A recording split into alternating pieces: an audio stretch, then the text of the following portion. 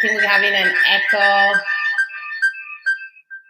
Hi, everyone. I'm Aura Vasquez. Welcome to Aura's VTH. It's 7 p.m. on Tuesday. I hope everyone is having a wonderful, wonderful, wonderful day. I'm streaming live here on Instagram. Hello, Instagrammers, on Facebook, on my YouTube channel, and also on Twitter. So I am very excited today to be speaking to a reporter from the LA Times that has spent a really good time reporting around housing issues and also homelessness and other, local events. So Dillon is covers issues of housing affordability and neighborhood change across California for Los Angeles Times. Hello. He joined the Times in 2016, and prior to this, he covered state and politics in Sacramento, and I'm very curious about that part of you, Leon. He also graduated from Georgetown University in Washington, D.C., and grew up in Philadelphia. Welcome, East Coaster. So thank you so much for joining us. And for the folks listening to us on Instagram, thank you for bearing with us and a little bit of the echo. If you guys have any questions, you can ask. But I wanted to start, Liam, asking you to share a little bit about how did you ended up from Georgetown and from Philly here in Los Angeles? Yes. Thank you. Thank you so much. Yeah. So I've been living in LA for about 6 months now, but I've been a Californian for over a decade. So I started out, I was reporting in the city of San Diego, covering issues for a small outlet in San Diego for about 6 years. The LA Times hired me, as you mentioned, in 2016 to go work up covering issues out of the state capitol. So I did that for up until this past October. And then I moved to LA for the first time in the fall, and I'm very excited to kind of get to know the city and to be a better part of the culture here. Thank you so much.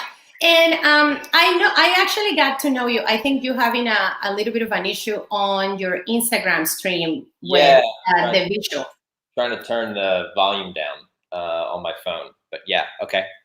But one of the things that I was really fascinated by you is around the reporting that you have done around housing and the connection that you have made around housing and homelessness here in Los Angeles. Yeah. And this is an issue that I have that is very close to my heart. I'm a renter, and not long ago, a lot of the people that follow me on social media, they know that I ran for city council and that I was very active around the money and politics, making sure that, developers didn't only rent our city, but actually tenants too, and giving tenants a voice. So how did you how did you started really reporting around housing issues here in Los Angeles?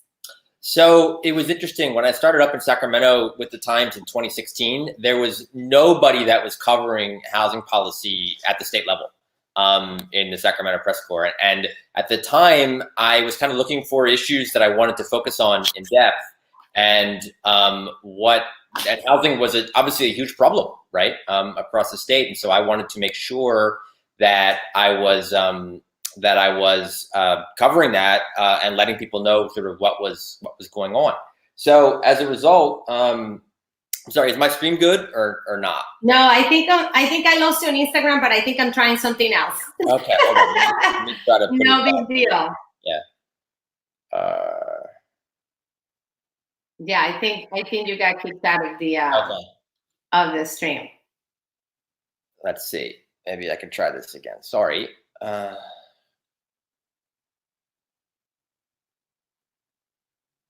Perfect. Okay, you'll come in just a second. Okay, great. All right, let's do it. So sorry about that. So what I was saying is I started covering housing because no one was really doing it out of Sacramento, and it was obviously an important issue that people needed to be aware of when understanding what it was like to live in the state, right? And so and what was really interesting is that it quickly became kind of all encompassing. You can write about every single issue that you want to or it's significant through housing. Housing is, an economic issue, right? Housing is an issue of equity, racial equity, generational equity, all across the board. Housing is an environmental issue. Where you live is very significant, and how long it takes you to get to work is very significant for climate change reasons and things like that, right? Of course, housing is an educational issue. Where you live determines where you go to school, right? Most oftentimes. And so all of these things, all these really important things intersect through housing. And I thought it was important to be able to try to provide a perspective that was kind of all encompassing when writing about this. And so you referenced the connection between affordable housing and homelessness. I mean, there are some studies that show a certain percent rent increase. You can almost find a direct line between rent increases, percent increases in rent, and our rising homelessness population. That's been shown in Los Angeles and elsewhere. And so these are and they're also really, really complicated issues, to try to be able to solve. I mean, I think on one hand, it's really, really easy.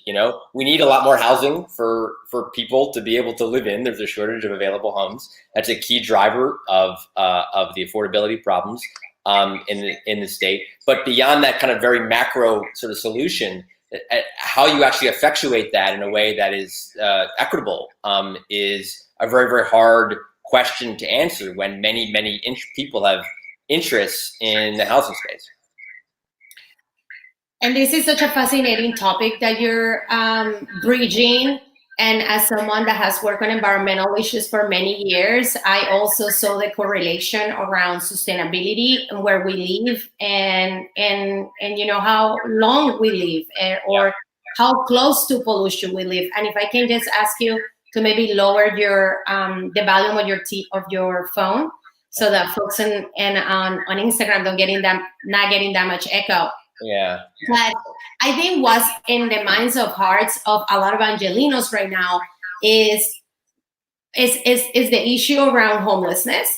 And we in the latest homelessness count, it was 37,000, 47,000. I mean, the number keeps interchanging because it's really extremely difficult to count folks that live on the streets. Right. And just on April 9th, you had a report around COVID-19 and the folks that live in our streets, the most vulnerable community of Los Angeles, where I often fear that if if the coronavirus ends up in this community, there's really not going to be an end to this because they're the most vulnerable people of our society. So tell us more about what ignited this report that you have and what were some of the findings? What were some of the key findings that you were able to discover in your report? Right. When it comes to Los Angeles, I think there's been I have an idea. Why don't I plug in my headphones to my phone and then maybe that'll work a little That would be perfect. Okay. So we don't get the echo,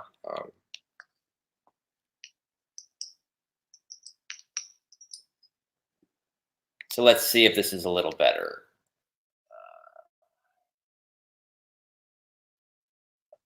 Is that any better? I think so. Let's try it. Okay, great. So I think the concern, now I'm getting the echo in the headphones. Let's try this. So I think the concern is, has been if you have an outbreak in the homelessness population in the city, obviously that's horrible, not only for the folks who would be affected, but also the people who, it could be a significant vector for all sorts of things. You know what I mean? You have people who would need to go into grocery stores, obviously, and if there's an outbreak in a homeless encampment, that's bad not only for the homeless residents, but for the city's efforts as a whole to try to beat this, beat this virus back, right? And so what I think is important is trying to understand the ways in which that the city is and the region is trying to react to this. There's been an effort to try to put homeless residents into hotel rooms rather than have them in encampments or in shelters where they're much more likely to be sort of face conditions that would be more susceptible to to getting the virus. That effort, not just in Los Angeles but around the state, has been very, very, very slow. And I can see where there would be some reasons why it would be difficult to try to work out all of these contracts and everything that you might need to do it right. But at the same time, people are not moving at the speed that they need to be to address this sort of very vulnerable population. And I think we just saw a very troubling example of that in San Francisco. On Friday, they announced that the city's largest homeless shelter had an outbreak. 70 people were infected there. I saw the numbers today. They're now over 100, right? And that's, the city up there, like here in LA, has not acted very quickly to get people in hotel rooms, which would be much safer, again, for the homeless population and for the general population. How many folks that live on our streets, so how many of the unsheltered community right now are homeless, are infected with COVID-19 that we know? In Los Angeles? In Los Angeles. I believe the number, I don't report directly on the homelessness issue, so I don't have the number specifically, but I believe it's less than in San Francisco. We haven't had an outbreak like they've had there, but I believe the number is somewhere around a dozen, but don't hold me to that. I don't have that exact figure. Got it. Yeah. So talking about like sheltering the homeless, yeah. And at the beginning, when when we were asked to stay home, when we were asked to observe quarantine and not to socialize and really limit our contact with other people, a lot of the homeless advocates talked about and criticized the city and the county because quickly we moved into in-housing the homeless in some hotels or finding ways to house them in different shelters. So like emergency shelters were, rapidly being developed by the city. And not all the homeless, I can tell you that the few times when I have driven out of my house, I still see a lot of homeless just sleeping on the street with no mask. Sure. With no gloves, of course. I mean, forget about hand washing areas or showers. Right. Yeah. So in your experience, why is so obviously we are in a pandemic and this is critical for us to make sure that there is not an outbreak that can affect us all. But in your opinion, why are we not taking more drastic measures around housing our homeless in every day, post or pre-pandemic? And why are so many folks in our streets feel that they're forgotten and that our city is not doing enough for them? Yeah, I mean, it's a great question, and I wish there were an easy answer for it. It's interesting. There's one thing I've learned in writing a lot about sort of the political side and the policy side of housing is that there's always, and this may be the case. In a lot of other areas as well, but there's always a reason not to do something. Right. Mm-hmm. And I think a really good example, one thing I have been covering decently closely has been the effort in the El Sereno neighborhood in LA, where the folks there, homeless housing and secure residents, simply took over properties that were vacant and state owned. Right.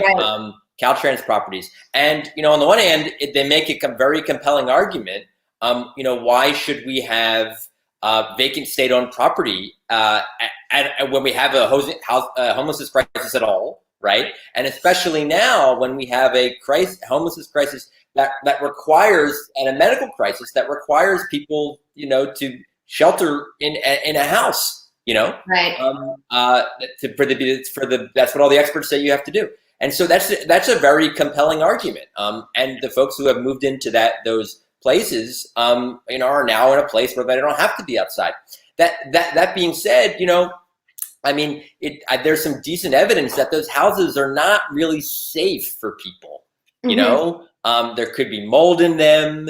There could be all sorts of structural damage, and we can weigh whether it's better for people to be in that housing right now versus the street, right? But, you know, as a long-term solution, I mean, you know, I don't know how safe those properties are, right? So well, I think and the reality also, Liam, is that the voters of Los Angeles voted for $1.5 billion to house our homeless and to take care of this situation a couple years ago. yeah. So I feel that is a disgrace from our city, from our elected officials, that yet it's 2020, we're in the middle of a pandemic, and just recently, maybe a month and a half ago, we had the first bridge housing being built with those dollars. Right. So that's the sad part Yeah. out of the situation. And you know, we're lucky that we haven't seen a huge outbreak of COVID-19 among our unsheltered community. But it shouldn't take a pandemic for us to figure out what to do with homeless when we have tiny homes that we can purchase at a better price. I want you to talk to me about the $1 million that costs to build housing for the homeless. Right. Okay, please. Yes. So you brought up the point, and I think this speaks to directly the story that I wrote. You know, we spent a long time working on the story. It took about a year, not just the only thing I was doing, but on and off for about a year to look at why it's so expensive to build affordable housing, housing for low-income residents and for the homeless in all across California. It's more expensive in California than anywhere else in the country. The statewide average is $500,000 an apartment, right, to build it. Yeah. That's more, statewide. It's more than what it costs in New York City. So even when you include, you know, California's expensive, or San Francisco or LA. Well, even when you include Fresno, even when you include, you know, Imperial County, even when you include inland places or places that are much poorer, it's still more expensive statewide in California than it is in New York City to build a new unit of low-income housing, right? Which is crazy, you know. Why is that? What's that? Why is that? So we came across, you know, obviously the price of land is expensive here, sure. Obviously, you know, construction costs have been increasing for all kinds of housing in recent years, sure. But what we found were there are a lot of reasons that were under the direct control of state and local governments for why this housing is so expensive. For instance, you referenced the $1 million. We found one project in Solana Beach, which is a beach community in northern San Diego County, where a proposed project was more than $1 million per unit, per apartment, you know? And so it's just, and so the reasons for this that are under the control of state and local governments, projects that are smaller tend to cost more per apartment, right? That makes sense, right? So there's a lot of incentive, particularly among pushback from neighbors, right, and from city council members to have smaller projects. So that's number one. Number two, you know, parking drives up the cost a lot. If you mandate developers have parking, particularly underground parking, that's space on their property that they can't put houses in, right? They have to they're putting houses for cars, not houses for people, right? And so, you know, that's another reason why costs are so high. Another reason is it's super expensive to work through this system for acquiring financing for these developments. You referenced the LA, the $1.5 billion housing bond that voters passed, that voters are rightfully upset about, that not enough housing has been built quick enough. Well, you know, that program was structured on the state providing a subsidy as well. Right, with some of the state funding. Well, you have to not only have to apply to get the city money, but you have to apply for the state money. And oftentimes you need even more funding sources than that. And California has the most difficult system for developers, affordable housing developers, to get this kind of funding than anywhere else in the country. And so that, you know, most states, most large states have one agency that hands out money at the state level. California has 5. Right? They all have their own bureaucracies, and all of these sorts of things take time and they add to cost. And they're the reasons why you don't see housing get built quickly, and the housing that is built ends up costing a lot more than it should. This is incredible to me, and in a place, like I said, where we have some of the largest homeless community. Instead of making, I mean, you nailed it. The cost of real estate. You know, this issue that we have with parking, and the fact that affordable housing developers don't have a fair share compared to other development. in terms of being able to have a profitable project that can get through the red tape and, Sure. and all of the hoops that they have to jump. It's really sad to see. Yeah. But I wanted to ask you, recently, someone sent me a message when they found out that I was going to have a conversation with you around homelessness and housing. And again, like, I cannot separate them both. Right. They all come together. And they mentioned about all of the subsidies that the city has given big chain hotels, the LA Marriott, the big chain hotels. Yeah. And how they are completely empty right now because of COVID-19. And how come we're not using these spaces to put the homeless until we kind of get a control over the COVID-19 pandemic? So what is your take on that? Sure. I think sort of similar to, and again, I haven't done any original reporting on this issue. I know a lot of my colleagues, the LA Times, have, so I don't have any special insight on these tax breaks that I've done reporting on myself, right? But I think somewhat similar to the argument that when you have vacant housing, particularly vacant publicly owned housing, why aren't there people in it at a crisis point, right? And I think that there is some sort of a moral argument and a common sense argument that it resonates with people, right? You have vacant units, particularly vacantly publicly owned units, there should be people in them. You have vacant hotel rooms, particularly hotel rooms that have received a public subsidy, there should be people in them, right? And so I can't argue or against that sort of moral argument or that sort of common sense argument, right? Mm-hmm. But I don't know what some of the restrictions may be. I don't know what the terms of those deals are.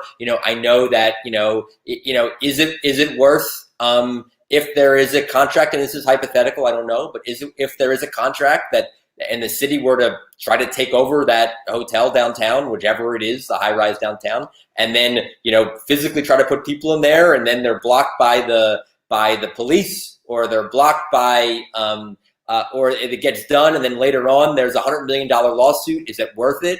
Right? At the end of the day, right? So I don't know what those sort of restrictions are that might be in place. I know that there are a number of hotels right now throughout the city that have offered into contracts, that have offered, and throughout the state, frankly, that are in the process of getting contracts with the state government, with the federal government, with localities to house homeless residents, including some national chains as well, that are a part of that.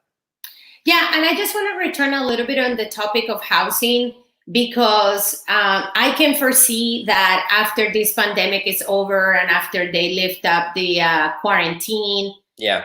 And I mean, there are thousands of people in Los Angeles that were unable to pay their rent this month. And we're in the middle of the month. And rent is due in another 2 weeks. And this is a topic that had people really losing sleep at night. Yeah. It has definitely making me feel pretty concerned, because if things continue, I personally got furloughed 2 days, so I'm kind of working part-time. Right. I'm sure this is no difference for a lot of people that are watching. A lot of them are also going through something similar. But earlier today, I was speaking to a friend that told me, I have not paid my rent. I just can't. Yeah. I haven't been able. Yeah. And you have been covering the city council, and the efforts that the city council have done. So why don't you share with us what were some of the things that you have witnessed in the city council meetings that now are finally virtual? I don't know why we have not been implemented before. I was a commissioner for the Department of Water and Power, and at some point I suggested that we should stream all of our meetings also on social media and get feedback from people, because I'm an immigrant, and a lot of the immigrant community, this is how they get their news, through social media, and this is how they communicate with their families in other countries. Sure. So that suggestion was not very welcome at the WP. But finally, I feel like maybe this is what it took for us to maybe change a little bit of our mentality. So in these virtual meetings where you have participated and you have been covering, tell me, what is the city council doing to protect renters? Right. So to your point, I think it's a very good one. I mean, city government in particular, and government is biased towards people who can show up at meetings at 2 o'clock on a Tuesday, right? And there are only certain kinds of people who can show up to a meeting at 2 o'clock on a Tuesday, those who have the wherewithal to do it themselves, or those who have the wherewithal to hire other people to go on their behalf, right? Well, exactly. I mean, let's be honest. It's full of lobbyists and advocates and mom and pops that actually need to go and advocate for themselves, or a renter cannot leave their job at 10 in the morning or 11 when they have those meetings on Tuesdays, Thursdays, and Fridays to go to make their case. Right. So I think it's completely unfair. But I definitely would love to talk more about that topic. Gets me very fired up. Sure, it's the topic of access to government. But in terms of what the renter protection is doing, tell us what are they doing? Yeah. So in one sense, it's actually decently robust in terms of your protections against being evicted right now, right? So let me step back. Nothing that has been passed at the state level or the local level or the federal level forgives anyone's rent payment, period.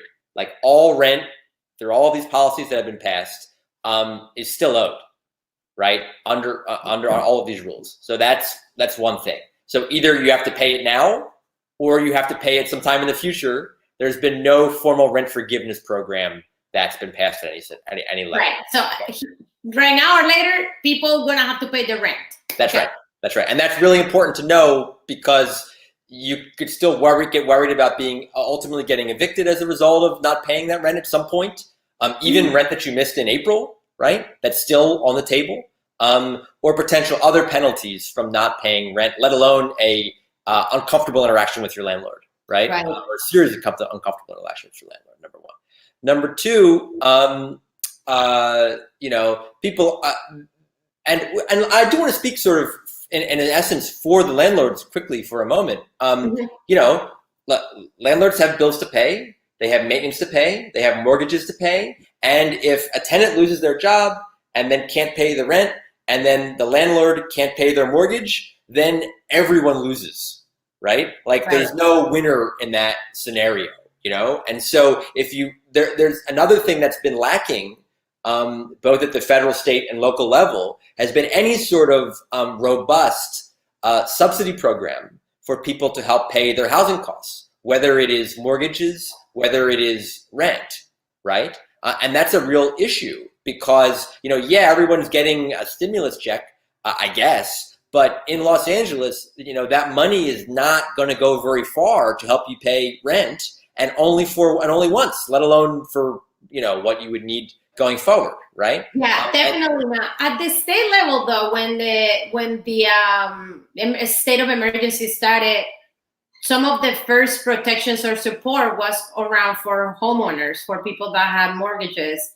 That's correct. There are deferments. Yeah, there are deferments for homeowners for their mortgages that are more robust than what renters have gotten, but they still owe that money ultimately, right? Absolutely. And what a homeowner messaged me not long ago saying is that they had other costs like maintenance, like insurance, that they had to pay.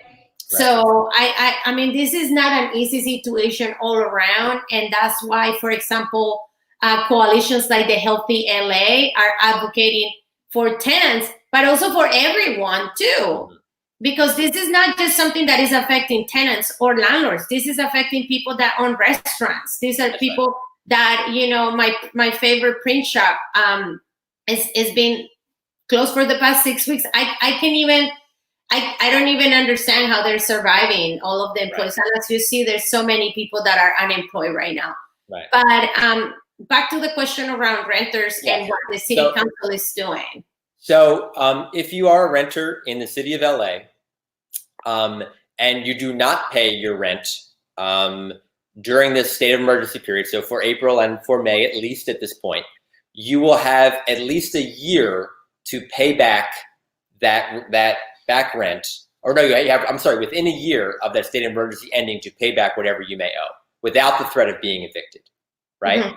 Now, one thing you should do is you should make sure that you keep all the documentation, whether it's pay stubs, whether it's a letter from your employer, something like that, that goes to that you could then present if you need to in court to show that you were economically or affected by the coronavirus, right? And that's very important. You don't have to turn that information over to your landlord, no matter what your landlord may say. A lot of them are asking for it, right?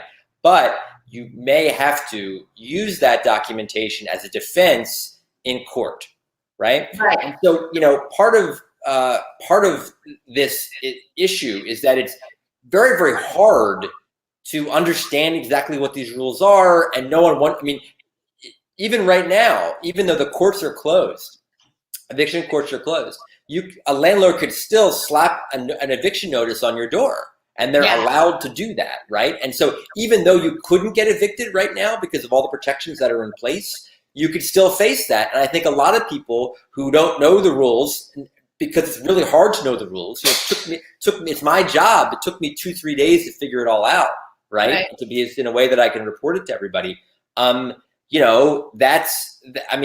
It's really problematic that there's not a clear rules that exist, across the state or even across the country, which there could be. I absolutely agree with you. And last week we had a lawyer, a tenants' rights lawyer, that explained this issue very, very clearly. And in fact, we had someone in the chat room that had an eviction notice put 3 days before our conversation, where where we already had like an evictions pause in the city. The argument a lot of times is that 5 out of the 15 city council members are landlords. That we have, and here in the comment, I even see it, that we have some of the strongest apartment lobbyists. I mean, I can tell you myself that in my campaign, it was difficult because a big part of our political system is influenced by the money of developers in our local elections, and how much they contribute to elections in Los Angeles, and I think all around. So we see some really good city council members, like Councilmember Bunning, really stepping up to support renters, probably one of the most progressive. And we see some other ones that are just heartless. So are we going to continue to see more of a parallel of city council members that are going to stand with working class people in Los Angeles, with with renters, with people that lost their jobs, Sure. And support, and maybe for a rent freeze or a rent cancellation? Or you don't really see that happening since you have been in almost all the city council meetings since we started the emergency? Yeah, sure. So I can't comment on whether a council member is good or bad, or has someone in their best interests or heart or not, right? That's not my role, right? But I think to your point about, so let me answer this way. The mayor was asked on a Reddit AMA he did relatively recently, hey, what about, canceling rent, or what about paying everyone's rent, or, and he said, and he did a back of the envelope calculation that said, if we paid everyone's rent in the city, then we would be out of cash flow. We, the city, would be out of cash flow within 2 weeks and bankrupt within 3 months, right? And I don't see any reason to doubt those numbers. I think frankly, while I think you could argue that the city itself could be doing more, certainly, particularly on the protection side, although you would have very robust arguments from landlords about why they shouldn't be doing that. But I think from a financial perspective, it's hard to imagine any other level of government being able to finance this other than the federal government. Yeah, you just, with the amount of money that's involved, right? It's really hard to see. I mean, the state it has constitutionally has a balanced budget requirement. They're going to take a gigantic revenue loss, and is going to see layoffs at probably the city, probably the state level, probably a whole bunch of cities around the state, because of all the tax revenue. They're going to lose income tax, they're going to lose sales tax, all these sorts of money that they're going to lose because of this economic collapse that we're facing, right? Yeah. And so the only level of government that can really finance, it seems, these kinds of robust solutions when it comes to rent relief, perhaps mortgage relief as well, is the federal government. It's tough to imagine a world where someone else is able to do it. Got it. Some folks in the chat are asking or are making comments around rent control and how every year, every time we see more ordinances or laws that are weakening rent control apartments and are allowing a lot of this rent control to become market rate apartments and displacing hundreds of people out of a place that they can afford in Los Angeles to other places, sometimes outside of LA. We don't have a robust, we don't in fact really build anymore rent control because we have some state regulations that we got to follow.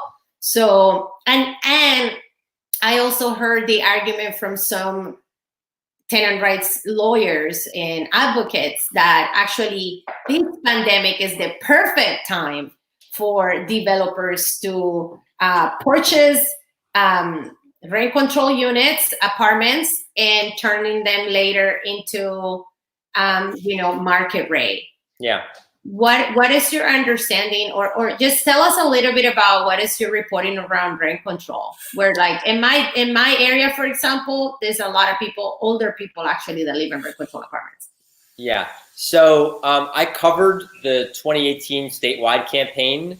That was an effort to increase rent control policies around the state. That was Proposition 10. So I wrote a lot about that, right?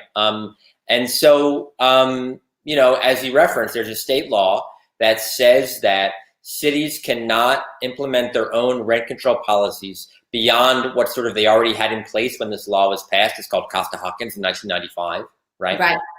Or for cities that already had rent control passed prior to 1995, like the city of LA, there pretty much cannot be rent control on buildings that were built after October of 1978.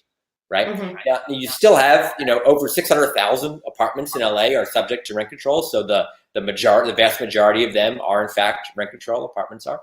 But the city is hamstrung as far as further increasing rent control. They're not allowed to do it under state law. Proposition 10 would have repealed that state law and allowed for that, allowed for cities to do what they wanted in this area. But that failed pretty dramatically. I mean, it was 8 or 9 percentage points, which is a really big loss, right? There's now another measure that has qualified for the statewide ballot in 2020, which would also increase, although there's some changes to it, but somewhat similar in that it would allow for cities to have more robust rent control policies than they have now. So that's currently scheduled for the ballot in November. Incredible. And I know some of the organizations like ACE and a lot of the nonprofit organizations and grassroots organizations here in Los Angeles working on that front. I want to thank you so much for taking the time to come and speak to us. I know that you have been literally on a marathon, sitting in those 12-hour meetings. I never witnessed something like it. City council meetings of 12 hours. And you have some incredible reporting around housing and housing affordability in Los Angeles. And I encourage anyone or everyone actually to follow Liam Dillon on Twitter. And if you can just tell us which is your Twitter handle. Sure. It is at Dillon, Dillon, Liam, Liam. There you go. So it's last name, first name. That's right. Perfect. Yeah. So because you, like I said, I have been following your work, and I'm very pleased that I can rely on your reporting around housing and your connection around housing and the homelessness. And before we go, and I see some folks, really talking about the city and there's a lot of chatter on the comments, and I'm sorry we cannot get everybody's comment or question in. But one thing that I want to say is that if folks in this live stream can, take away, we have homelessness because we have not addressed the root cause of this problem, which is racism, poverty, lack of good jobs for a lot of people of color, and also uneducated people that are not maybe people of color. The high cost of housing, the fact that developers are buying our local political process, so they get away with a lot of rezoning things and with building at a price that is not affordable for the people that live in the area where they build. That we need to rally up together and work together with organizations like the tenants unions, and just in general, come together to advocate for a city that we can afford. Because it's gonna become that Los Angeles is gonna only be available for people that can pay thousands of dollars in rent, and not per se the people that make this city beautiful and makes it thrive and makes it the diverse salad bowl that we are. So I just wanted to say that, because oftentimes we think about homelessness and we don't think about the incredible correlation that it has with housing. So I want to just I want to give you an opportunity to just give a little bit of a closing for us in terms of this correlation and this battle between housing affordability and homelessness. Yeah, I think when you have a shortage of things, there's going to be, I mean, in almost all cases, when there's a shortage of things, people who have more money are the ones who are able to weather that shortage better, right? And you know, if you have a shortage of available homes, you particularly have a shortage of available homes for low-income residents, like we have in the state. You know, one estimate was a shortage for poor residents of 1.3 million, homes for poor households, right, across the state. And unless and until you address that shortage of available homes, you're going to continue to have problems where only the rich are going to win, or they're going to win in a way that's going to crowd everybody out, right? Mm-hmm. And so that's the ultimate answer. You have to do things like find ways to make it less expensive to build low-income housing. You have to do all sorts of policies to make sure that when we're housing people, and particularly when we're housing the most vulnerable people or the neediest people, that we do it in a way that makes more of it available as best we can. So, I mean, I think that's, I can't tell how many people I get emails about, homelessness is a drug abuse issue, or it's a mental health issue. At its root is a lack of available housing for people. It's so tough to imagine people kicking a drug habit if they have one, or dealing with mental health issues if they have them, if they're not in a stable situation in life. And that begins with safe and affordable housing. So that's really at the root of so many of our problems. And when you can solve that, a lot of the other problems that we have in society will be more easier to resolve, to deal with. Thank you so much for spending this 40 minutes with us, and for educating us about your work, and for sharing your opinion about all of the findings that you have been able to gather in your reports. Thank you so much, and thank you so much to everyone that participated on the live stream. And we will continue having some of these conversations, in fact, on Thursday. Thank you, Leon. Thank you so much for being here, and we'll see you very soon, hopefully somewhere in the on Twitter and somewhere else. Thank you so much. Good. Thank you, Aura. I really appreciate it. And on Thursday, I'm going to be interviewing Joe Samberg, who is the founder of Aspiration, which is a really, really, really great bank. And you guys got to learn more. I thought that it would be great to have him to come and join us, because this is a bank that doesn't invest on any fossil fuel, that is a good bank for our economy and for people, that doesn't take any extra fees every time you use maybe the wrong ATM. So I hope that you can join at 7 p.m. and you can learn more about Aspiration and how this bank can really help you save money, now that we really are on that topic. So thank you so much, guys. Thank you everybody on Instagram. Thank you, guys on the chat, and thank you for your questions, and we will get to chat very soon. Bye.